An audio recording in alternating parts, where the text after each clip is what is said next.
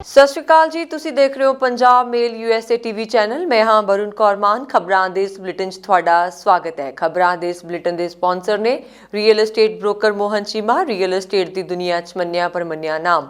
ਪੇਸ਼ ਨੇ ਪਹਿਲਾਂ ਚੋਣਵੀਆਂ ਖਬਰਾਂ। ਕਿਸਾਨਾਂ ਦਾ ਅੰਦੋਲਨ ਹੋਇਆ ਤੇਜ਼, ਦਿੱਲੀ ਨੋਇਡਾ ਬਾਰਡਰ ਕੀਤਾ ਬਲੌਕ। ਕਿਸਾਨ ਅੰਦੋਲਨ ਤੇ ਸੁਪਰੀਮ ਕੋਰਟ 'ਚ ਹੋਵੇਗੀ ਅੱਜ ਸੁਣਵਾਈ। ਪ੍ਰਦਰਸ਼ਨਕਾਰੀ ਕਿਸਾਨ ਬੋਲੇ, ਸਾਡੀ ਸਰਕਾਰ ਗੱਲ ਨਹੀਂ ਕਰਦੀ, ਸਿਰਫ ਕਮਾਉਂਦੀ ਹੈ ਗੱਲਾਂ ਨੂੰ। ਦਿੱਲੀ ਧਰਨੇ 'ਚ ਸ਼ਾਮਲ ਹੋਣ ਜਾ ਰਹੇ ਇੱਕ ਵਰਕਰ ਦੀ ਹਾਦਸੇ ਵਿੱਚ ਮੌਤ। ਖੁਦਕੁਸ਼ੀਆਂ ਕਰਨ ਵਾਲੇ ਕਿਸਾਨਾਂ ਦੀਆਂ ਵਿਧਵਾਵਾਂ ਦਾ ਵੀ ਦਿੱਲੀ ਕੂਚ ਸੁਣਾਉਣਗੀਆਂ ਹੱਡਬੀਤੀ। ਬੀਜੇਪੀ ਦੇ ਸੰਸਦ ਮੈਂਬਰ ਸਨੀ ਦਿਓਲ ਨੂੰ ਮਿਲੀ ਵਾਈ ਸ਼੍ਰੇਣੀ ਦੀ ਸੁਰੱਖਿਆ। ਹੁਣ ਖਬਰਾਂ ਵਿਸਥਾਰ ਨਾਲ। ਖੇਤੀ ਕਾਨੂੰਨਾਂ ਨੂੰ ਲੈ ਕੇ ਕਿਸਾਨਾਂ ਦਾ ਅੰਦੋਲਨ ਬੁੱਧਵਾਰ ਯਾਨੀ ਕਿ ਅੱਜ 21ਵੇਂ ਦਿਨ 'ਚ ਪ੍ਰਵੇਸ਼ ਕਰ ਗਿਆ ਹੈ। ਕਿਸਾਨ ਬੀਤੀ 26 ਨਵੰਬਰ ਤੋਂ ਦਿੱਲੀ ਦੀਆਂ ਵੱਖ-ਵੱਖ ਸਰਹੱਦਾਂ ਤੇ ਧਰਨਿਆਂ ਤੇ ਬੈਠੇ ਹਨ। ਕਿਸਾਨ ਖੇਤੀ ਕਾਨੂੰਨਾਂ ਨੂੰ ਰੱਦ ਕਰਵਾਉਣ ਦੀ ਜ਼ਿੱਦ ਤੇ ਅੜੇ ਹੋਏ ਹਨ ਅਤੇ ਫਸਲਾਂ ਤੇ ਘੱਟੋ-ਘੱਟ ਸਮਰਥਨ ਮੁੱਲ ਲਈ ਗਰੰਟੀ ਕਾਨੂੰਨ ਚਾਹੁੰਦੇ ਹਨ। ਉਧਰ ਖੇਤੀਬਾੜੀ ਮੰਤਰੀ ਨਰਿੰਦਰ ਸਿੰਘ ਤੋਮਰ ਨੇ ਮੰਗਲਵਾਰ ਨੂੰ ਕਿਹਾ ਹੈ ਕਿ ਕਿਸਾਨਾਂ ਨੂੰ ਅੰਦੋਲਨ ਦਾ ਰਾਹ ਛੱਡ ਕੇ ਗੱਲਬਾਤ ਕਰਨੀ ਚਾਹੀਦੀ ਹੈ, ਕਿਉਂਕਿ ਗੱਲਬਾਤ ਨਾਲ ਸਮੱਸਿਆ ਦਾ ਹੱਲ ਕੱਢਿਆ ਜਾ ਸਕਦਾ ਹੈ। ਦਿੱਲੀ ਦੀਆਂ ਸਰਹੱਦਾਂ ਤੇ ਕਰੀਬ 40 ਕਿਸਾਨ ਜਥੇਬੰਦੀਆਂ ਵੱਲੋਂ ਲਗਾਤਾਰ ਧਰਨਾ ਪ੍ਰਦਰਸ਼ਨ ਕੀਤਾ ਜਾ ਰਿਹਾ ਹੈ। ਵੱਡੀ ਗਿਣਤੀ ਵਿੱਚ ਕਿਸਾਨ ਸੜਕਾਂ ਤੇ ਡਟੇ ਹੋਏ ਹਨ ਅਤੇ ਉਹ ਲੰਮੇ ਸਮੇਂ ਤੱਕ ਸੰਘਰਸ਼ ਦੀ ਗੱਲ ਕਰ ਰਹੇ ਹਨ। ਕਿਸਾਨਾਂ ਨੇ ਜਦੋਂ ਦਿੱਲੀ ਕੂਚ ਕੀਤਾ ਸੀ ਤਾਂ ਉਹਨਾਂ ਨੇ ਕਿਹਾ ਸੀ ਕਿ ਉਹ 6 ਮਹੀਨੇ ਦਾ ਰਾਸ਼ਨ ਪਾਣੀ ਲੈ ਕੇ ਆਏ ਹਨ, ਕਿਉਂਕਿ ਸਰਕਾਰ ਨਾਲ ਉਹਨਾਂ ਦੀ ਲੜਾਈ ਲੰਬੀ ਚੱਲੇਗੀ। ਖੇਤੀ ਕਾਨੂੰਨਾਂ ਖਿਲਾਫ ਆਪਣਾ ਰੁਖ ਸਾਫ਼ ਕਰਦੇ ਹੋਏ ਕਿਸਾਨ ਨੇਤਾਵਾਂ ਨੇ ਕਿਹਾ ਹੈ ਕਿ ਉਹ ਸਰਕਾਰ ਤੋਂ ਇਹਨਾਂ ਕਾਨੂੰਨਾਂ ਨੂੰ ਵਾਪਸ ਕਰਵਾਉਣਗੇ ਜਦੋਂ ਤੱਕ ਉਹਨਾਂ ਨੂੰ ਹੱਕ ਵਾਪਸ ਨਹੀਂ ਮਿਲ ਜਾਂਦੇ। ਉਹ ਇਹ ਲੜਾਈ ਜਾਰੀ ਰੱਖਣਗੇ। ਆਪਣੀਆਂ ਮੰਗਾਂ ਨੂੰ ਮਨਾਉਣ ਲਈ ਬੁੱਧਵਾਰ ਯਾਨੀ ਕਿ ਅੱਜ ਦਿੱਲੀ ਅਤੇ ਨੋਇਡਾ ਵਿਚਾਲੇ ਜ਼ਿਲ੍ਹਾ ਸਰਹੱਦਾਂ ਨੂੰ ਪੂਰੀ ਤਰ੍ਹਾਂ ਜਾਮ ਕਰ ਦੇਣਗੇ। ਕਿਸਾਨ ਜਥੇਬੰਦੀਆਂ ਦੇ ਆਗੂਆਂ ਦਾ ਕਹਿਣਾ ਹੈ ਕਿ ਅਸੀਂ ਗੱਲਬਾਤ ਕਰਨ ਤੋਂ ਨਹੀਂ ਦੌੜ ਰਹੇ, ਪਰ ਸਰਕਾਰ ਨੂੰ ਸਾਡੀਆਂ ਮੰਗਾਂ ਤੇ ਧਿਆਨ ਦੇਣਾ ਚਾਹੀਦਾ ਹੈ ਅਤੇ ਠੋਸ ਪ੍ਰਸਤਾਵ ਨਾਲ ਆਉਣਾ ਹੋਵੇਗਾ। ਖੇਤੀਬਾੜੀ ਕਾਨੂੰਨਾਂ ਨੂੰ ਲੈ ਕੇ ਕਿਸਾਨਾਂ ਅਤੇ ਕੇਂਦਰ ਸਰਕਾਰ ਵਿੱਚ ਵਿਵਾਦ ਜਾਰੀ ਹੈ। ਕਿਸਾਨ ਜਿੱਥੇ ਆਪਣੀਆਂ ਮੰਗਾਂ ਤੇ ਅੜੇ ਹੋਏ ਹਨ, ਉੱਥੇ ਹੀ ਸਰਕਾਰ ਵੀ ਸਾਫ਼ ਕਰ ਚੁੱਕੀ ਹੈ ਕਿ ਕਾਨੂੰਨ ਕਿਸੇ ਵੀ ਕੀਮਤ ਤੇ ਵਾਪਸ ਨਹੀਂ ਹੋਵੇਗਾ। ਦਿੱਲੀ ਬਾਰਡਰ ਤੇ 20 ਦਿਨਾਂ ਤੋਂ ਡੇਰਾ ਪਾਏ ਕਿਸਾਨਾਂ ਅਤੇ ਸਰਕਾਰਾਂ ਦੀ ਇਸ ਜੰਗ ਵਿੱਚ ਬੁੱਧਵਾਰ ਦਾ ਦਿਨ ਅਹਿਮ ਹੋ ਸਕਦਾ ਹੈ, ਕਿਉਂਕਿ ਬਾਰਡਰ ਤੇ ਕਿਸਾਨ ਟਿਕਣਗੇ ਜਾਂ ਉਹਨਾਂ ਨੂੰ ਕਿਤੇ ਹੋਰ ਭੇਜਿਆ ਜਾਵੇਗਾ, ਇਸ ਤੇ ਸੁਪਰੀਮ ਕੋਰਟ ਆਪਣਾ ਫੈਸਲਾ ਸੁਣਾਏਗਾ। ਦਰਅਸਲ ਖੇਤੀਬਾੜੀ ਕਾਨੂੰਨਾਂ ਦੇ ਵਿਰੋਧ ਵਿੱਚ ਦਿੱਲੀ ਬਾਰਡਰ ਤੇ ਹੋ ਰਹੇ ਕਿਸਾਨਾਂ ਦੇ ਅੰਦੋਲਨ ਨੂੰ ਲੈ ਕੇ ਸੁਪਰੀਮ ਕੋਰਟ ਵਿੱਚ ਪਟੀਸ਼ਨ ਦਰਜ ਕੀਤੀ ਗਈ ਹੈ। ਕੋਰਟ ਬੁੱਧਵਾਰ ਨੂੰ ਮਾਮਲੇ ਦੀ ਸੁਣਵਾਈ ਕਰੇਗਾ। Chief justice S.A. Bobde, justice A.S. Bopanna ਅਤੇ ਜਸਟਿਸ ਰਾਮ ਸੁਬਰਾਮਣੀਅਮ ਦੀ ਬੈਂਚ ਸੁਣਵਾਈ ਕਰੇਗੀ। ਸੁਪਰੀਮ ਕੋਰਟ ਵਿੱਚ ਕਿਸਾਨ ਅੰਦੋਲਨ ਨਾਲ ਜੁੜੀ ਹੁਣ ਤੱਕ 3 ਪਟੀਸ਼ਨਾਂ ਦਾਖਲ ਕੀਤੀਆਂ ਗਈਆਂ ਹਨ। ਮੰਗਾਂ ਵਿੱਚ ਦਿੱਲੀ ਬਾਰਡਰ ਤੋਂ ਕਿਸਾਨਾਂ ਨੂੰ ਹਟਾਉਣ ਦੀ ਮੰਗ ਕੀਤੀ ਗਈ ਹੈ। ਕਿਹਾ ਗਿਆ ਹੈ ਕਿ ਲੋਕਾਂ ਦੇ ਇਕੱਠੇ ਹੋਣ ਨਾਲ ਕੋਰੋਨਾ ਦੇ ਇਨਫੈਕਸ਼ਨ ਦਾ ਖਤਰਾ ਵਧੇਗਾ। ਪਟੀਸ਼ਨ ਵਿੱਚ ਅੱਗੇ ਕਿਹਾ ਗਿਆ ਹੈ ਕਿ ਲੋਕਾਂ ਨੂੰ ਹਟਾਉਣਾ ਜ਼ਰੂਰੀ ਹੈ, ਕਿਉਂਕਿ ਇਸ ਨਾਲ ਸੜਕਾਂ ਬਲਾਕ ਹੋ ਰਹੀਆਂ ਹਨ, ਐਮਰਜੈਂਸੀ ਅਤੇ ਮੈਡੀਕਲ ਸਰਵਿਸ 'ਚ ਵੀ ਰੁਕਾਵਟ ਪੈਦਾ ਹੋ ਰਹੀ ਹੈ। ਇਹ ਪਟੀਸ਼ਨ ਕਾਨੂੰਨ ਦੀ ਪੜ੍ਹਾਈ ਕਰ ਰਹੇ ਰਿਸ਼ਭ ਸ਼ਰਮਾ ਨੇ ਦਰਜ ਕੀਤੀ ਹੈ। ਅਰਜ਼ੀ ਵਿੱਚ ਅੱਗੇ ਕਿਹਾ ਗਿਆ ਹੈ ਕਿ ਪ੍ਰਦਰਸ਼ਨਕਾਰੀਆਂ ਨੂੰ ਸਰਕਾਰ ਵੱਲੋਂ ਅਲਾਟ ਤੈਅ ਸਥਾਨ ਤੇ ਭੇਜਿਆ ਜਾਣਾ ਚਾਹੀਦਾ ਹੈ। ਪ੍ਰਦਰਸ਼ਨ ਦੌਰਾਨ ਸੋਸ਼ਲ ਡਿਸਟੈਂਸਿੰਗ ਦਾ ਪਾਲਣ ਅਤੇ ਮਾਸਕ ਦਾ ਇਸਤੇਮਾਲ ਕੀਤਾ ਜਾਣਾ ਚਾਹੀਦਾ ਹੈ। ਕਿਸਾਨਾਂ ਨਾਲ ਜੁੜੀ ਇੱਕ ਹੋਰ ਪਟੀਸ਼ਨ ਤੇ ਸੁਪਰੀਮ ਕੋਰਟ ਵਿੱਚ ਸੁਣਵਾਈ ਹੈ। ਅਰਜ਼ੀ ਵਿੱਚ ਕਿਹਾ ਗਿਆ ਹੈ ਕਿ ਸੁਪਰੀਮ ਕੋਰਟ ਕੇਂਦਰ ਸਰਕਾਰ ਨੂੰ ਕਿਸਾਨਾਂ ਦੀ ਮੰਗ ਤੇ ਵਿਚਾਰ ਕਰਨ ਦਾ ਨਿਰਦੇਸ਼ ਦੇਵੇ। ਪਟੀਸ਼ਨ ਵਿੱਚ NHRC ਤੋਂ ਕਿਸਾਨਾਂ ਤੇ ਹਮਲੇ ਦੇ ਸੰਬੰਧ ਵਿੱਚ ਮਨੁੱਖੀ ਅਧਿਕਾਰ ਉਲੰਘਣਾ ਨਾਲ ਜੁੜੀ ਜਾਂਚ ਰਿਪੋਰਟ ਸੌਂਪਣ ਦਾ ਨਿਰਦੇਸ਼ ਦਿੱਤਾ ਗਿਆ ਹੈ। ਕਿਸਾਨਾਂ ਦੀਆਂ ਮੰਗਾਂ ਦੇ ਮੱਦੇਨਜ਼ਰ ਬੁੱਧਵਾਰ ਨੂੰ ਕੇਂਦਰੀ ਮੰਤਰੀ ਮੰਡਲ ਦੀ ਮੀਟਿੰਗ ਹੋਣ ਜਾ ਰਹੀ ਹੈ। ਇਹ ਮੀਟਿੰਗ ਵੀਡੀਓ ਕਾਨਫਰੰਸਿੰਗ ਰਾਹੀਂ ਸਵੇਰੇ 11:25 ਤੇ ਸ਼ੁਰੂ ਹੋਵੇਗੀ। ਇਸ ਬੈਠਕ ਵਿੱਚ PM ਮੋਦੀ ਵੀ ਹਿੱਸਾ ਲੈ ਸਕਦੇ ਨੇ। ਸੂਤਰਾਂ ਅਨੁਸਾਰ ਬੁੱਧਵਾਰ ਨੂੰ ਹੋਈ ਕੈਬਨਿਟ ਦੀ ਬੈਠਕ ਵਿੱਚ ਇਨਸੈਂਟਿਵ ਸਕੀਮ ਦੇ ਤਹਿਤ ਚੀਨੀ ਨਿਰਮਾਤਾ 60 ਲੱਖ ਰੁਪਏ ਟਨ ਸਵੀਟਨਰ ਤੇ ਨਿਰਯਾਤ ਲਈ 6 ਰੁਪਏ ਪ੍ਰਤੀ ਕਿਲੋਗ੍ਰਾਮ ਇਨਸੈਂਟਿਵ ਦੇ ਹਿਸਾਬ ਨਾਲ ਲਗਭਗ 3600 ਕਰੋੜ ਰੁਪਏ ਦੀ ਮਨਜ਼ੂਰੀ ਮਿਲ ਸਕਦੀ ਹੈ। ਇਹ ਇਨਸੈਂਟਿਵ ਚੀਨੀ ਮਿੱਲਾਂ ਨੂੰ ਗੰਨਾ ਕਿਸਾਨਾਂ ਦੇ ਬਕਾਏ ਜਾਰੀ ਕਰਨ ਵਿੱਚ ਸਹਾਇਤਾ ਕਰੇਗਾ। ਦਰਅਸਲ ਚੀਨੀ ਮਿਲ ਮਾਲਕਾਂ ਨੂੰ ਇਸ ਇਨਸੈਂਟਿਵ ਨਾਲ ਗੰਨੇ ਦੇ ਕਿਸਾਨਾਂ ਦੇ ਬਕਾਏ ਹਟਾਉਣੇ ਪੈਣਗੇ, ਜਿਸ ਦਾ ਸਿੱਧਾ ਲਾਭ ਕਿਸਾਨਾਂ ਨੂੰ ਮਿਲੇਗਾ। ਮੋਦੀ ਮੰਤਰੀ ਮੰਡਲ ਦੇ ਇਸ ਫੈਸਲੇ ਦਾ ਸਿੱਧੇ ਤੌਰ ਤੇ ਗੰਨਾ ਕਿਸਾਨਾਂ ਨੂੰ ਲਾਭ ਹੋਵੇਗਾ। ਗੰਨਾ ਕਿਸਾਨਾਂ ਲਈ ਮੋਦੀ ਸਰਕਾਰ ਦਾ ਇਹ ਵੱਡਾ ਫੈਸਲਾ ਉਸ ਸਮੇਂ ਆ ਰਿਹਾ ਹੈ ਜਦੋਂ ਪੰਜਾਬ, ਹਰਿਆਣਾ ਅਤੇ ਪੱਛਮੀ ਯੂਪੀ ਦੀਆਂ ਕਿਸਾਨ ਜਥੇਬੰਦੀਆਂ ਖੇਤੀਬਾੜੀ ਕਾਨੂੰਨਾਂ ਵਿਰੁੱਧ ਅੰਦੋਲਨ ਕਰ ਰਹੀਆਂ ਹਨ। ਮੰਤਰੀ ਮੰਡਲ ਦੇ ਇਸ ਫੈਸਲੇ ਨਾਲ ਮੋਦੀ ਸਰਕਾਰ ਇਹ ਸੰਦੇਸ਼ ਦੇਵੇਗੀ ਕਿ ਉਹਨਾਂ ਦੀ ਸਰਕਾਰ ਦੀ ਤਰਜੀਹ ਵਿੱਚ ਸਭ ਤੋਂ ਪਹਿਲਾਂ ਕਿਸਾਨ ਹਨ। ਦੱਸ ਦਈਏ ਕਿ ਪ੍ਰਧਾਨ ਮੰਤਰੀ ਨਰਿੰਦਰ ਮੋਦੀ ਨੇ ਮੰਗਲਵਾਰ ਨੂੰ ਆਪਣੇ ਗੁਜਰਾਤ ਦੌਰੇ ਦੌਰਾਨ ਖੇਤੀਬਾੜੀ ਕਾਨੂੰਨਾਂ ਦੇ ਮੁੱਦੇ ਤੇ ਗੱਲ ਕੀਤੀ ਸੀ। ਕੱਛ ਵਿੱਚ ਪ੍ਰਧਾਨ ਮੰਤਰੀ ਮੋਦੀ ਨੇ ਆਪਣੇ ਸੰਬੋਧਨ ਵਿੱਚ ਕਿਹਾ ਕਿ ਵਿਰੋਧੀ ਪਾਰਟੀਆਂ ਕਿਸਾਨਾਂ ਨੂੰ ਗੁੰਮਰਾਹ ਕਰਨ ਦੀ ਕੋਸ਼ਿਸ਼ ਕਰ ਰਹੀਆਂ ਹਨ। ਪ੍ਰਧਾਨ ਮੰਤਰੀ ਮੋਦੀ ਨੇ ਭਰੋਸਾ ਦਿੱਤਾ ਕਿ ਖੇਤੀਬਾੜੀ ਕਾਨੂੰਨਾਂ ਨੂੰ ਲੈ ਕੇ ਹਰ ਸ਼ੰਕਾ ਹੱਲ ਕਰਨ ਲਈ ਤਿਆਰ ਹੈ। ਉਹਨਾਂ ਕਿਹਾ ਕਿ ਆਮਦਨ ਵਧਾਉਣ ਲਈ ਫੈਸਲੇ ਲਏ ਜਾ ਰਹੇ ਹਨ। ਨਵੇਂ ਖੇਤੀਬਾੜੀ ਕਾਨੂੰਨਾਂ ਖਿਲਾਫ ਕਿਸਾਨਾਂ ਦਾ ਪ੍ਰਦਰਸ਼ਨ 20ਵੇਂ ਦਿਨ ਪਹੁੰਚ ਗਿਆ ਹੈ। ਕਿਸਾਨ ਸੰਗਠਨ ਆਪਣੀਆਂ ਮੰਗਾਂ ਤੇ ਅੜੇ ਹੋਏ ਹਨ। ਸਿੰਘੂ ਬਾਰਡਰ ਤੇ ਪ੍ਰੈਸ ਕਾਨਫਰੰਸ ਦੌਰਾਨ ਕਿਸਾਨਾਂ ਨੇ ਕਿਹਾ ਕਿ ਸਾਨੂੰ ਹੁਣੇ ਮੀਡੀਆ ਤੋਂ ਪਤਾ ਲੱਗਾ ਹੈ ਕਿ ਸਰਕਾਰ ਸਾਡੇ ਤੋਂ ਲਿਖਤੀ ਜਵਾਬ ਦਾ ਇੰਤਜ਼ਾਰ ਕਰ ਰਹੀ ਹੈ। ਸਰਕਾਰ ਬਾਹਰੋਂ ਆਉਣ ਵਾਲੇ ਲੋਕਾਂ ਨੂੰ ਆਉਣ ਨਹੀਂ ਦੇ ਰਹੀ। ਸਾਡੇ ਲੋਕਾਂ ਨੂੰ ਅੰਦੋਲਨ ਵਿੱਚ ਹਿੱਸਾ ਲੈਣ ਲਈ ਆਉਣ ਤੋਂ ਰੋਕ ਰਹੀ ਹੈ। ਇਹ ਸਰਕਾਰ ਕਿਸਾਨਾਂ ਦੀ ਗੱਲ ਨਹੀਂ ਕਰਦੀ, ਸਿਰਫ ਕਮਾਉਂਦੀ ਹੈ। ਕਿਸਾਨ ਬੋਲੇ ਕਿ ਪੁਲਿਸ ਫੋਰਸ ਲਗਾ ਕੇ ਤਾਨਾਸ਼ਾਹੀ ਕਰ ਰਹੀ ਹੈ। ਸਾਡੇ ਲੋਕਾਂ ਨੂੰ ਪਰੇਸ਼ਾਨ ਕੀਤਾ ਜਾ ਰਿਹਾ ਹੈ। ਇਹ ਸਰਕਾਰ ਅੰਬਾਨੀ ਅਤੇ ਅਡਾਨੀ ਦੀ ਸਰਕਾਰ ਹੈ। ਅਸੀਂ ਇਸ ਨੂੰ ਆਪਣੇ ਮਨਸੂਬਿਆਂ 'ਚ ਕਾਮਯਾਬ ਨਹੀਂ ਹੋਣ ਦੇਵਾਂਗੇ।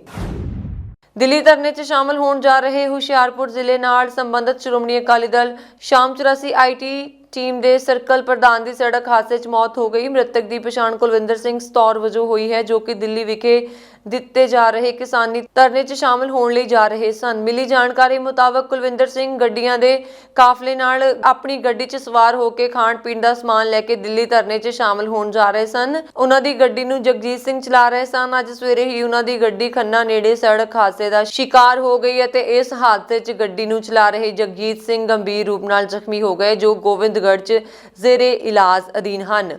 ਕੁਲਵਿੰਦਰ ਸਿੰਘ ਉਮਰ 'ਚ 43 ਸਾਲ ਦੇ ਕਰੀਬ ਹਨ। ਕੋਰੋਨਾ ਖਿਲਾਫ ਪੂਰਾ ਵਿਸ਼ਵ ਆਪਣੀ ਜੰਗ ਲੜ ਰਿਹਾ ਹੈ। ਸੂਬੇ 'ਚ ਅੱਜ ਕੋਰੋਨਾ ਨਾਲ 19 ਮੌਤਾਂ ਹੋਈਆਂ ਤੇ 490 ਮਾਮਲਿਆਂ ਦੀ ਪੁਸ਼ਟੀ ਹੋਈ। ਹੁਣ ਤੱਕ ਸੂਬੇ 'ਚ 35,58,306 ਸੈਂਪਲ ਲਏ ਜਾ ਚੁੱਕੇ ਹਨ ਤੇ ਪਿਛਲੇ 24 ਘੰਟਿਆਂ ਦੌਰਾਨ 24,450 ਵਿਅਕਤੀਆਂ ਦੇ ਸੈਂਪਲ ਭੇਜੇ ਗਏ, ਜਿਨ੍ਹਾਂ ਵਿੱਚੋਂ 14,430 ਪੋਜ਼ਿਟਿਵ ਪਾਏ ਗਏ। ਹੁਣ ਤੱਕ ਪੰਜਾਬ 'ਚ 1,61,053 ਦੀ ਰਿਪੋਰਟ ਪੋਜ਼ਿਟਿਵ ਆ ਚੁੱਕੀ ਹੈ, ਜਿਨ੍ਹਾਂ ਵਿੱਚੋਂ 1,49,434 ਡਿਸਚਾਰਜ ਕੀਤੇ ਜਾ ਚੁੱਕੇ ਹਨ। ਸੂਬੇ 'ਚ ਐਕਟਿਵ ਕੇਸਾਂ ਦੀ ਗਿਣਤੀ 6,502 ਤੱਕ ਪਹੁੰਚ ਚੁੱਕੀ ਹੈ। 127 ਮਰੀਜ਼ ਆਕਸੀਜਨ ਸਪੋਰਟ ਤੇ ਹਨ ਤੇ 19 ਵੈਂਟੀਲੇਟਰਾਂ ਤੇ ਹਨ, ਜਿਨ੍ਹਾਂ ਦੀ ਹਾਲਤ ਗੰਭੀਰ ਬਣੀ ਹੋਈ ਹੈ। ਸਿਹਤ ਵਿਭਾਗ ਤੋਂ ਮੰਗਲਵਾਰ ਨੂੰ ਮਿਲੀ ਜਾਣਕਾਰੀ ਅਨੁਸਾਰ ਵਿਭਾਗ ਨੂੰ 1,510 ਲੋਕਾਂ ਦੀ ਰਿਪੋਰਟ ਨੈਗੇਟਿਵ ਪ੍ਰਾਪਤ ਹੋਈ ਹੈ ਤੇ ਇਸ ਦੇ ਨਾਲ ਹੀ ਇਲਾਜ ਅਧੀਨ ਕੋਰੋਨਾ ਪੋਜ਼ਿਟਿਵ 77 ਮਰੀਜ਼ਾਂ ਨੂੰ ਛੁੱਟੀ ਦੇ ਦਿੱਤੀ ਗਈ। ਵਿਭਾਗ ਨੇ 3,804 ਲੋਕਾਂ ਦੇ ਸੈਂਪਲ ਕੋਰੋਨਾ ਵਾਇਰਸ ਦੀ ਪੁਸ਼ਟੀ ਲਈ ਲਏ ਹਨ। ਪੰਜਾਬ ਦੇ ਵੱਖ-ਵੱਖ ਹਸਪਤਾਲਾਂ ਤੋਂ 754 ਵਿਅਕਤੀ ਡਿਸਚਾਰਜ ਕੀਤੇ ਗਏ, ਜਿਨ੍ਹਾਂ 'ਚ ਲੁਧਿਆਣੇ ਤੋਂ 130, ਜਲੰਧਰ ਤੋਂ 77, ਪਟਿਆਲਾ ਤੋਂ 47, SAS ਨਗਰ ਤੋਂ 134, ਅੰਮ੍ਰਿਤਸਰ ਤੋਂ 73, ਗੁਰਦਾਸਪੁਰ ਤੋਂ 33, ਬਠਿੰਡੇ ਤੋਂ 86, ਹੁਸ਼ਿਆਰਪੁਰ ਤੋਂ 7, ਫਿਰੋਜ਼ਪੁਰ ਤੋਂ 10, ਪਠਾਨਕੋਟ ਤੋਂ 38, ਸੰਗਰੂਰ ਤੋਂ 6, ਕਪੂਰਥਲਾ ਤੋਂ 22, ਫਰੀਦਕੋਟ ਤੋਂ 5, ਮੁਕਤਸਰ ਤੋਂ 12, ਫਾਜ਼ਿਲਕਾ ਤੋਂ 13, ਰੋਪੜ ਤੋਂ 16, ਫਤਿਹਗੜ੍ਹ ਸਾਹਿਬ ਤੋਂ 8, ਤਰਨਤਾਰਨ ਤੋਂ 3, SBS ਨਗਰ ਤੋਂ 19 ਤੇ ਮਾਨਸੇ ਤੋਂ 15 ਸਨ।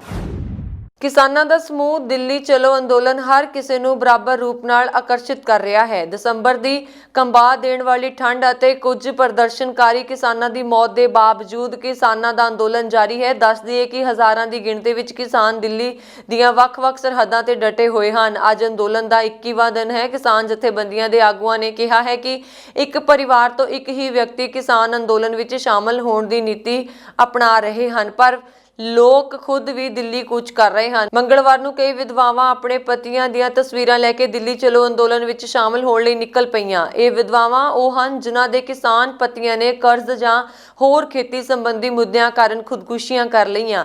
ਇਹ ਵਿਧਵਾਵਾਂ ਅਤੇ ਉਹਨਾਂ ਦੇ ਰਿਸ਼ਤੇਦਾਰ ਅੱਜ 16 ਦਸੰਬਰ ਨੂੰ ਰਾਜਧਾਨੀ ਦਿੱਲੀ ਦੇ ਟਿਕਰੀ ਸਰਹੱਦ ਤੇ ਰੋਸ ਮੁਜ਼ਾਹਰਾ ਕਰਨਗੇ। ਮ੍ਰਿਤਕ ਕਿਸਾਨਾਂ ਦੀਆਂ ਤਸਵੀਰਾਂ ਫੜ ਕੇ ਉਹਨਾਂ ਦੇ ਰਿਸ਼ਤੇਦਾਰ ਖੁਦਕੁਸ਼ੀਆਂ ਅਤੇ ਖੇਤੀਬਾੜੀ ਦਾ ਮੁੱਦਾ ਚੁੱਕਣਗੇ। ਉਹ ਕੁਝ ਦਿਨਾਂ ਲਈ ਭਾਰਤੀ ਕਿਸਾਨ ਯੂਨੀਅਨ ਦੇ ਪੰਡਾਲਾਂ 'ਚ ਰਹਿਣਗੇ। ਭਾਰਤੀ ਕਿਸਾਨ ਯੂਨੀਅਨ ਪਿਛਲੇ 2 ਹਫ਼ਤਿਆਂ ਤੋਂ ਟਿਕਰੀ ਸਰਹੱਦ ਤੇ ਕੇਂਦਰ ਦੇ ਨਵੇਂ ਖੇਤੀ ਕਾਨੂੰਨਾਂ ਖਿਲਾਫ ਡਟੇ ਹੋਏ ਹਨ। ਜਥੇਬੰਦੀਆਂ ਦਾ ਦਾਅਵਾ ਹੈ ਕਿ ਖਬਰਾਂ ਤੋਂ ਅੰਕੜੇ ਇਕੱਠੇ ਕੀਤੇ ਹਨ ਜੋ ਦੱਸਦੇ ਹਨ ਕਿ 2016 ਤੋਂ ਹੁਣ ਤੱਕ 1900 ਤੋਂ ਵੱਧ ਕਿਸਾਨ ਖੁਦਕੁਸ਼ੀਆਂ ਕਰ ਚੁੱਕੇ ਹਨ। ਭਾਰਤੀ ਕਿਸਾਨ ਯੂਨੀਅਨ ਦੇ ਉਪ ਪ੍ਰਧਾਨ ਝੰਡਾ ਸਿੰਘ ਜੇਠੂਕੇ ਨੇ ਕਿਹਾ ਕਿ ਸਰਕਾਰ ਪੰਜਾਬ ਵਿੱਚ ਕਿਸਾਨਾਂ ਦੀ ਗੁਲਾਬੀ ਤਸਵੀਰ ਦਿਖਾ ਰਹੀ ਹੈ, ਜਦਕਿ ਹਕੀਕਤ ਕੁਝ ਹੋਰ ਹੈ। ਪੀੜਤ ਪਰਿਵਾਰ ਦਿੱਲੀ ਵਿੱਚ ਆਪਣੀਆਂ ਕਹਾਣੀਆਂ ਨੂੰ ਬਿਆਨ ਕਰਨਗੇ। ਅਸੀਂ ਚਾਹੁੰਦੇ ਹਾਂ ਕਿ ਉਹਨਾਂ ਦੀ ਆਵਾਜ਼ ਸੁਣੀ ਜਾਵੇ। ਯੂਨੀਅਨ ਦੇ ਸੂਬਾ ਕਾਰਜਕਾਰੀ ਪ੍ਰਧਾਨ ਜਸਵਿੰਦਰ ਸਿੰਘ ਲੌਂਗੋਵਾਲ ਨੇ ਕਿਹਾ ਕਿ ਅਸੀਂ 16 ਦਸੰਬਰ ਯਾਨੀ ਕਿ ਅੱਜ ਟਿਕਰੀ ਸਰਹੱਦ ਤੇ ਧਰਨਾ ਦੇਣ ਦਾ ਫੈਸਲਾ ਕੀਤਾ ਹੈ।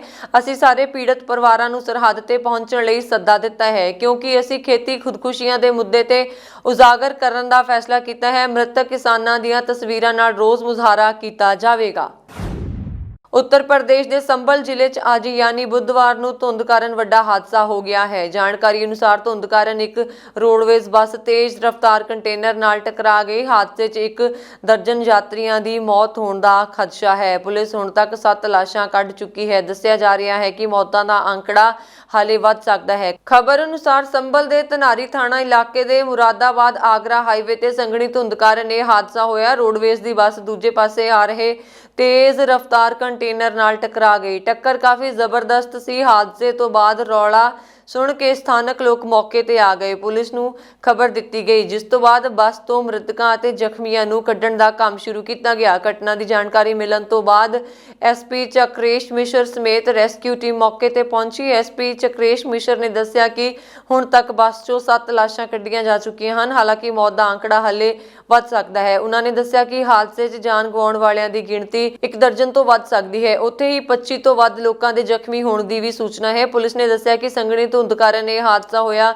ਬੱਸ 'ਚ ਜ਼ਖਮੀਆਂ ਅਤੇ ਮ੍ਰਿਤਕ ਲੋਕਾਂ ਦੀਆਂ ਲਾਸ਼ਾਂ ਬਾਹਰ ਕੱਢਣ ਦਾ ਕੰਮ ਜਾਰੀ ਹੈ।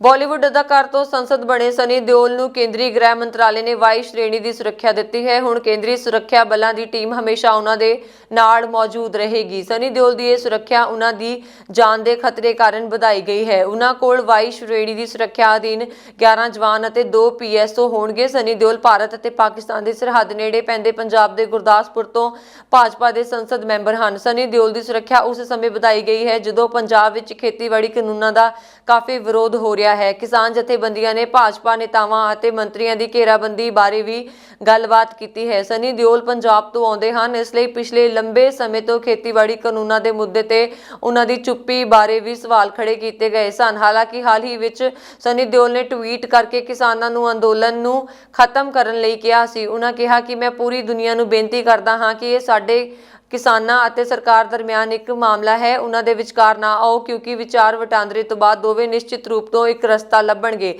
ਮੈਂ ਜਾਣਦਾ ਹਾਂ ਕਿ ਬਹੁਤ ਸਾਰੇ ਲੋਕ ਇਸ ਦਾ ਫਾਇਦਾ ਉਠਾਉਣਾ ਚਾਹੁੰਦੇ ਹਨ ਅਤੇ ਉਹ ਸਮੱਸਿਆਵਾਂ ਪੈਦਾ ਕਰ ਰਹੇ ਹਨ। ਉਹ ਕਿਸਾਨਾਂ ਬਾਰੇ ਨਹੀਂ ਸੋਚ ਰਹੇ ਹਨ। ਉਹਨਾਂ ਦਾ ਆਪਣਾ ਏਜੰਡਾ ਹੈ। ਵਾਈ ਕਲਾਸ ਸੁਰੱਖਿਆ, ਇਸ ਵਿੱਚ ਕੁੱਲ 11 ਸੁਰੱਖਿਆ ਕਰਮਚਾਰੀ ਹਨ ਜਿਸ ਵਿੱਚ 2 PSO ਸੁਰੱਖਿਆ ਵੀ ਹਨ। ਇਸ ਸ਼੍ਰੇਣੀ ਵਿੱਚ ਕੋਈ ਕਮਾਂਡੋ ਤਾਇਨਾਤ ਨਹੀਂ ਹੁੰਦਾ। ਆਉਣ ਵਾਲੇ 48 ਘੰਟਿਆਂ ਦੌਰਾਨ ਮੌਸਮ ਦਾ ਮਿਜ਼ਾਜ ਇੱਕ ਵਾਰ ਫਿਰ ਤੋਂ ਕਰਵਟ ਲੈ ਸਕਦਾ ਹੈ। ਮੌਸਮ ਮਾਹਿਰਾਂ ਨੇ ਜਾਰੀ ਕੀਤੇ ਵਿਸ਼ੇਸ਼ ਬੁਲੇਟਿਨ 'ਚ ਇਹ ਸੰਭਾਵਨਾ ਪ੍ਰਗਟ ਕੀਤੀ ਹੈ ਕਿ 17-18 ਦਸੰਬਰ ਨੂੰ ਲੁਧਿਆਣਾ ਸਮੇਤ ਪੰਜਾਬ ਦੇ ਹੋਰ ਇਲਾਕਿਆਂ 'ਚ ਸ਼ੀਤ ਲਹਿਰ ਜ਼ੋਰ ਫੜ ਸਕਦੀ ਹੈ ਜਿਸ ਨਾਲ ਠਾਰ ਹੋਰ ਵਧੇਗੀ। ਮੈਦਾਨੀ ਇਲਾਕਿਆਂ 'ਚ ਵੱਧ ਤੋਂ ਵੱਧ ਤਾਪਮਾਨ 16 ਤੋਂ 20 ਡਿਗਰੀ ਸੈਲਸੀਅਸ ਜਦੋਂ ਕਿ ਘੱਟ ਤੋਂ ਘੱਟ ਤਾਪਮਾਨ 4 ਤੋਂ 8 ਡਿਗਰੀ ਸੈਲਸੀਅਸ ਦੇ ਵਿਚਕਾਰ ਰਹਿ ਸਕਦਾ ਹੈ। ਸਵੇਰ ਸਮੇਂ ਹਵਾ ਦੀ ਨਮੀ 'ਚ ਮਾਤਰਾ 70 ਤੋਂ 87% ਦੇ ਵਿਚਕਾਰ ਅਤੇ ਸ਼ਾਮ ਨੂੰ 62 ਤੋਂ 76% ਦੇ ਵਿਚਕਾਰ ਰਹਿਣ ਦੀ ਸੰਭਾਵਨਾ ਹੈ। ਜੇਕਰ ਲੁਧਿਆਣਾ ਦੀ ਗੱਲ ਕਰੀਏ ਤਾਂ ਸਵੇਰ ਤੋਂ ਲੈ ਕੇ ਸ਼ਾਮ ਢਲਣ ਤੱਕ ਬੀਤੇ ਦਿਨ ਮੌਸਮ ਨੇ ਕਈ ਵਾਰ ਕਰਵਟ ਲਈ। ਕਦੇ ਕੋਹਰਾ, ਕਦੇ ਆਸਮਾਨ, ਕਦੇ ਬੱਦਲਾਂ ਦਾ ਜਮਾਵੜਾ ਅਤੇ ਕਦੇ ਖਿੜਖੜਾਉਂਦੀ ਧੁੱਪ। ਬੀਤੇ ਦਿਨ ਵੱਧ ਤੋਂ ਵੱਧ ਤਾਪਮਾਨ 15.2 ਡਿਗਰੀ ਸੈਲਸੀਅਸ ਅਤੇ ਸ਼ਾਮ ਨੂੰ 9 ਡਿਗਰੀ ਸੈਲਸੀਅਸ ਰਿਹਾ।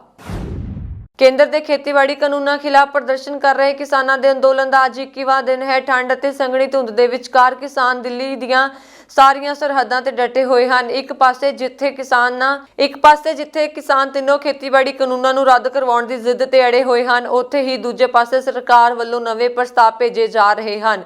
ਇਸੇ ਵਿਚਾਲੇ ਕਿਸਾਨਾਂ ਨੂੰ ਸੇਵਾ ਮੁਕਤ ਫੌਜੀਆਂ ਦਾ ਸਮਰਥਨ ਵੀ ਮਿਲਿਆ ਹੈ। ਪੰਜਾਬ ਦੇ ਸਾਬਕਾ ਫੌਜੀਆਂ ਦਾ ਕਹਿਣਾ ਹੈ ਕਿ ਜੇਕਰ ਸਰਕਾਰ ਕਾਨੂੰਨ ਵਾਪਸ ਨਹੀਂ ਲੈਂਦੀ ਅਤੇ ਕਿਸਾਨਾਂ ਦੀ ਮੰਗ ਨੂੰ ਨਹੀਂ ਮੰਨਦੀ ਤਾਂ ਦੇਸ਼ ਭਰ ਤੋਂ ਫੌਜੀ 26 ਜਨਵਰੀ ਨੂੰ ਰਾਸ਼ਟਰਪਤੀ ਨੂੰ ਮੈਡਲ ਵਾਪਸ ਕਰ ਦੇਣਗੇ। ਪੰਜਾਬ ਦੇ ਸਾਬਕਾ ਫੌਜੀਆਂ ਨੇ ਐਲਾਨ ਕੀਤਾ ਹੈ ਕਿ ਦੇਸ਼ ਦੀ ਸ਼ਾਨ ਲਈ ਜਵਾਨ ਦੇਸ਼ ਦੀ ਰਾਖੀ ਕਰਦਾ ਹੈ ਤੇ ਕਿਸਾਨ ਦੇਸ਼ ਨੂੰ ਅਨਾਜ ਪੈਦਾ ਕਰਕੇ ਦਿੰਦਾ ਹੈ ਅਤੇ ਇਸੇ ਲਈ ਦੇਸ਼ ਵਿੱਚ ਜੈ ਜਵਾਨ ਜੈ ਕਿਸਾਨ ਦਾ ਨਾਰਾ ਹਮੇਸ਼ਾ ਹੀ ਗੂੰਜਦਾ ਰਹਿੰਦਾ ਹੈ। ਸਾਬਕਾ ਫੌਜੀਆਂ ਨੇ ਐਲਾਨ ਕੀਤਾ ਹੈ ਕਿ ਜੇ ਕਿਸਾਨਾਂ ਦੀਆਂ ਮੰਗਾਂ ਨਾ ਮੰਨੀਆਂ ਗਈਆਂ ਤਾਂ 26 ਜਨਵਰੀ ਨੂੰ ਪੂਰੇ ਦੇਸ਼ ਦੇ ਸਾਬਕਾ ਫੌਜੀ ਆਪਣੇ ਮੈਡਲ ਰਾਸ਼ਟਰਪਤੀ ਨੂੰ ਵਾਪਸ ਕਰ ਦੇਣਗੇ। ਦਰਅਸਲ ਪੰਜਾਬ ਦੇ ਲਗਭਗ 3.5 ਲੱਖ ਸੇਵਾ ਮੁਕਤ ਸਾਬਕਾ ਫੌਜੀ ਵੀ ਕਿਸਾਨ ਅੰਦੋਲਨ ਦੇ ਸਮਰਥਨ ਲਈ ਤਿਆਰ ਹਨ।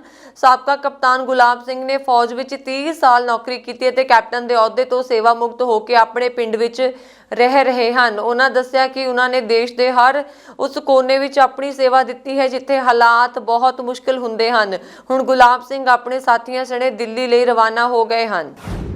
ਨਵੇਂ ਖੇਤੀਬਾੜੀ ਕਾਨੂੰਨਾਂ ਵਿਰੁੱਧ ਕਿਸਾਨਾਂ ਦੇ ਵਿਰੋਧ ਪ੍ਰਦਰਸ਼ਨ ਨੂੰ ਲੈ ਕੇ ਕੈਨੇਡੀਅਨ ਪ੍ਰਧਾਨ ਮੰਤਰੀ ਜਸਟਿਨ ਟਰੂਡੋ ਵੱਲੋਂ ਕੀਤੀ ਗਈ ਟਿੱਪਣੀ ਤੋਂ ਬਾਅਦ ਦੋਵਾਂ ਦੇਸ਼ਾਂ ਵਿਚਾਲੇ ਸੰਬੰਧ ਵਿਗੜਦੇ ਨਜ਼ਰ ਆ ਰਹੇ ਹਨ। ਪੂਰੇ ਮਾਮਲੇ ਤੋਂ ਜਾਣੂ ਲੋਕਾਂ ਨੇ ਦੱਸਿਆ ਹੈ ਕਿ ਭਾਰਤ ਨੇ ਦੋਹਾਂ ਦੇਸ਼ਾਂ ਦਰਮਿਆਨ ਚੋਟੀ ਦੇ ਕੂਟਨੀਤਕ ਪੱਧਰ ਦੀ ਗੱਲਬਾਤ ਨੂੰ ਰੋਕ ਦਿੱਤਾ ਹੈ। ਭਾਰਤੀ ਵਿਦੇਸ਼ ਸਕੱਤਰ ਰੀਵਾ ਗਾਂਗੁਲੀ ਦਾਸ ਅਤੇ ਕੈਨੇਡੀਅਨ ਹਮਰੁਤਬਾ ਵਿਚਾਲੇ ਮੰਗਲਵਾਰ ਨੂੰ ਗੱਲਬਾਤ ਹੋਣ ਦੀ ਉਮੀਦ ਸੀ, ਜਿਸ ਨੂੰ ਭਾਰਤ ਨੇ ਮੁਲਤਵੀ ਕਰ ਦਿੱਤਾ ਹੈ। ਇਸ ਪਿੱਛੇ ਨਵੀਂ ਦਿੱਲੀ ਨੇ ਓਟਾਵਾ ਨੂੰ ਤਰੀਕ ਨੂੰ ਲੈ ਕੇ असुविधा होने बारे गल की है। इस तो पहला विदेश मंत्री एस जयशंकर ने पिछले हफ्ते कैनेडियन विदेश मंत्री फ्रॉकोइस फिलिप ਵੱਲੋਂ आयोजित कोविड-19 ਦੇ ਮੰਤਰੀ ਕੋਆਰਡੀਨੇਟਡ ਸਮੂਹ ਦੀ ਬੈਠਕ ਛੱਡ ਦਿੱਤੀ ਸੀ। ਇਹ ਬੈਠਕ ਕੋਰੋਨਾ ਵਾਇਰਸ ਦੀ ਰਣਨੀਤੀ ਨੂੰ ਲੈ ਕੇ ਕੀਤੀ ਗਈ ਸੀ। ਭਾਰਤ ਜਿਸ ਨੇ ਇਸ ਸਮੂਹ ਦੀ ਪਿਛਲੀ ਬੈਠਕ ਵਿੱਚ ਹਿੱਸਾ ਲਿਆ ਸੀ ਨੇ 7 ਦਸੰਬਰ ਦੀ ਬੈਠਕ ਤੋਂ ਦੂਰ ਰਹਿਣ ਦੀ ਸ਼ੈਡਿਊਲਿੰਗ ਮੁੱਦੇ ਦਾ ਹਵਾਲਾ ਦਿੱਤਾ ਸੀ। 10 ਦਸੰਬਰ ਦਾ ਦਿਨ ਸੰਯੁਕਤ ਰਾਸ਼ਟਰ ਸੰਘ ਵੱਲੋਂ ਆਲਮੀ ਮਨੁੱਖੀ ਅਧਿਕਾਰਾਂ ਨੂੰ ਸਮਰਪਿਤ ਦਿਨ ਹੈ। ਇਸ ਦਿਨ ਵਿਸ਼ੇਸ਼ ਕਰਕੇ AGPC ਤੇ ਅਮਰੀਕਨ ਸਿੱਖ ਕਾਕਸ ਕਮੇਟੀ ਦੀਆਂ ਪੁਰਜ਼ੋਰ ਕੋਸ਼ਿਸ਼ਾਂ ਕਰਕੇ ਕੋਵਿਡ-19 ਦੀਆਂ ਪਾਬੰਦੀਆਂ ਨਾਲ ਸਹਿਮਤ ਹੁੰਦਿਆਂ ਇੱਕ ਵੱਡੀ ਜ਼ੂਮ ਮੀਟਿੰਗ ਦਾ ਵੱਡਾ ਪ੍ਰਬੰਧ ਕੀਤਾ ਗਿਆ ਸੀ, ਜਿਸ ਵਿੱਚ ਅਮਰੀਕੀ ਕਾਂਗਰਸ ਮੈਂਬਰ ਜਾਹਨ ਗੈਰਾਮੰਡੀ ਜੋ ਅਮਰੀਕਨ ਸਿੱਖ ਕਾਕਸ ਕਮੇਟੀ ਦੇ ਕੋ-ਚੇਅਰ ਹਨ ਤੇ ਵਿਸ਼ੇਸ਼ ਤੌਰ ਤੇ ਹਿੱਸਾ ਲਿਆ, ਜਿਸ ਵਿੱਚ ਉਹਨਾਂ ਦਾ ਸਾਥ ਦਿੱਤਾ ਕਾਂਗਰਸਮੈਨ TJ ਕਾਕਸ ਨੇ। ਇਹਨਾਂ ਤੋਂ ਇਲਾਵਾ ਸਿੱਖ ਕਾਕਸ ਦੇ ਚੇਅਰਮੈਨ ਹਰਪ੍ਰੀਤ ਸਿੰਘ ਸੰਧੂ, ਸੰਯੁਕਤ ਰਾਸ਼ਟਰ ਸੰਘ ਦੀ global steering committee member doctor Iqtidar Cheema, ਸੰਵਿਧਾਨਾਂ ਦੇ ਮਾਹਿਰ ਤੇ ਰਿਆਤ ਬਹਾਰਾ ਯੂਨੀਵਰਸਿਟੀ ਦੇ vice chancellor doctor Daljit Singh, Connecticut state senator Kathy Houston, Canada ਦੇ ਮੈਂਬਰ ਪਾਰਲੀਮੈਂਟ ਸੁਖ ਧਾਲੀਵਾਲ ਤੇ British parliament member Preet Gill ਸ਼ਾਮਲ ਹੋਏ। ਇਸ ਤੋਂ ਇਲਾਵਾ ਹੋਰ ਬਹੁਤ ਸਾਰੇ ਮਨੁੱਖੀ ਅਧਿਕਾਰ ਸਰਗਰਮੀਆਂ ਵਾਲੇ ਮੈਂਬਰ ਸ਼ਾਮਲ ਹੋਏ। ਗੱਲਬਾਤ ਵਿੱਚ ਜਨਾਬ ਗੈਰਾਮੰਡੀ ਨੇ ਕਿਹਾ ਕਿ ਅਮਰੀਕੀ ਕਾਂਗਰਸ ਭਾਰਤੀ ਕਿਸਾਨਾਂ ਦੇ ਮਨੁੱਖੀ ਅਧਿਕਾਰਾਂ ਦੀ ਬਹੁਤ ਕਦਰ ਕਰਦੀ ਹੈ ਤੇ ਉਹਨਾਂ ਦੁਆਰਾ ਭਾਰਤ ਸਰਕਾਰ ਦੁਆਰਾ ਕਿਸਾਨਾਂ ਦੀ ਉਪਜ ਦੀਆਂ ਵਾਜਬ ਕੀਮਤਾਂ ਦੇਣ ਦੇ ਉਲਟ ਬਣਾਏ ਕਾਨੂੰਨਾਂ ਦੇ ਵਿਰੋਧ ਕੀਤੇ ਜਾ ਰਹੇ ਹਨ। ਲੋਕਤਾਂਤਰਿਕ ਰੋਸ ਮੁਜ਼ਾਹਰੇ ਦੀ ਪੁਰਜ਼ੋਰ ਹਮਾਇਤ ਕਰਦੀ ਹੈ। ਲੋਕਤੰਤਰੀ ਦੇਸ਼ਾਂ ਵਿੱਚ ਸ਼ਾਂਤੀ ਨਾਲ ਇਕੱਠੇ ਹੋਣ, ਵਿਚਾਰ ਪ੍ਰਗਟ ਕਰਨ, ਰੋਸ ਪ੍ਰਗਟ ਕਰਨ ਦੀ ਸੰਵਿਧਾਨਕ ਗਰੰਟੀ ਹੈ ਤੇ ਇਸ ਵਿੱਚ ਕਿਸੇ ਕਿਸਮ ਦੀ ਕੋਈ ਪਾਬੰਦੀ ਨਹੀਂ ਹੋਣੀ ਚਾਹੀਦੀ, ਬਲਕਿ ਸਰਕਾਰ ਨੂੰ ਮੁਜ਼ਾਹਰਾ ਕਰਨ ਵਾਸਤੇ ਸਹਿਯੋਗ ਕਰਨਾ ਚਾਹੀਦਾ ਹੈ ਕਿਉਂਕਿ ਇਹ ਉਹਨਾਂ ਦਾ ਕਾਨੂੰਨੀ ਹੱਕ ਹੈ। ਪਰ ਭਾਰਤ ਸਰਕਾਰ ਦੁਆਰਾ ਪਾਣੀ ਦੀਆਂ ਤੋਪਾਂ ਦੀ ਵਰਤੋਂ, ਕਾਨੂੰਨੀ ਲਾਠੀਚਾਰਜ ਕਰਨ ਤੇ ਅਥਰੂ ਗੈਸ ਦੀ ਵਰਤੋਂ ਕਰਨੀ ਬਹੁਤ ਗਲਤ ਤੇ ਜਾਲਮਾਨਾ ਕਾਰਵਾਈ ਹੈ। ਅਮਰੀਕੀ ਕਾਂਗਰਸ ਇਸ ਦਾ ਸਖਤੀ ਨਾਲ ਵਿਰੋਧ ਕਰਦੀ ਹੈ। ਲਗਭਗ ਮਿਲਦੇ ਜੁਲਦੇ ਵਿਚਾਰਾਂ ਦਾ ਪ੍ਰਗਟਾਵਾ ਕਾਂਗਰਸਮੈਨ TJ ਕਾਕਸ ਨੇ ਪ੍ਰਗਟ ਕੀਤਾ। ਡਾਕਟਰ ਸ਼ੀਮਾ ਨੇ ਕਿਹਾ ਕਿ ਸੰਯੁਕਤ ਰਾਸ਼ਟਰ ਸੰਘ ਦਿੱਲੀ ਦੇ ਮੋਰਚੇ ਉੱਤੇ ਖਾਸ ਨਜ਼ਰ ਰੱਖ ਰਿਹਾ ਹੈ ਤੇ ਕਿਸਾਨਾਂ ਦੇ ਰੋਸ ਮੁਜ਼ਾਹਰੇ ਦੀ ਹਮਾਇਤ ਕਰਦਾ ਹੈ। ਸੰਯੁਕਤ ਰਾਸ਼ਟਰ ਮੁਖੀ ਨੇ ਖਾਸ ਤੌਰ ਤੇ ਦਿੱਲੀ ਕਿਸਾਨ ਮੋਰਚੇ ਦੀ ਹਮਾਇਤ ਕੀਤੀ ਹੈ। ਸਭ ਨੇ ਇੱਕ ਆਵਾਜ਼ ਵਿੱਚ ਕਿਹਾ ਕਿ ਮੋਦੀ ਸਰਕਾਰ ਨੂੰ ਕਿਸਾਨਾਂ ਨਾਲ ਗੱਲਬਾਤ ਕਰਕੇ ਮਸਲੇ ਦਾ ਹੱਲ ਛੇਤੀ ਲੱਭਣਾ ਚਾਹੀਦਾ ਹੈ ਤਾਂ ਕਿ ਲੋਕ ਸੰਤੁਸ਼ਟ ਹੋ ਸਕਣ। AGPC ਦੇ ਪ੍ਰਧਾਨ ਜਸਵੰਤ ਸਿੰਘ ਹੋਠੀ ਤੇ ਕੋਆਰਡੀਨੇਟਰ ਡਾਕਟਰ ਪ੍ਰਿਤਪਾਲ ਸਿੰਘ ਹੋਰਾਂ ਅਮਰੀਕਨ ਸਿੱਖ ਕਾਕਸ ਕਮੇਟੀ ਦੀਆਂ ਮਨੁੱਖੀ ਅਧਿਕਾਰਾਂ ਦੀ ਰਖਵਾਲੀ ਵਾਸਤੇ ਕੀਤੀਆਂ ਸ਼ਾਨਦਾਰ ਕੋਸ਼ਿਸ਼ਾਂ ਵਾਸਤੇ ਅਮਰੀਕੀ ਕਾਂਗਰਸਮੈਨਾਂ ਦਾ ਹਾਰਦਿਕ ਧੰਨਵਾਦ ਕੀਤਾ ਤੇ ਕਿਹਾ ਕਿ ਅੱਗੇ ਤੋਂ ਵੀ ਅਜਿਹੇ ਯਤਨ ਹੁੰਦੇ ਰਹਿਣਗੇ। ਇਹ ਸਨ ਹੁਣ ਤੱਕ ਦੀਆਂ ਖਬਰਾਂ। ਮੈਨੂੰ ਵਰੁਣ ਕੌਰ ਮਾਨ ਨੂੰ ਦਿਓ ਆ ਗਿਆ। ਤੁਸੀਂ ਬਣੇ ਰਹੋ ਪੰਜਾਬ ਮੇਲ USA TV ਚੈਨਲ ਦੇ ਨਾਲ। ਸਤਿ ਸ਼੍ਰੀ ਅਕਾਲ।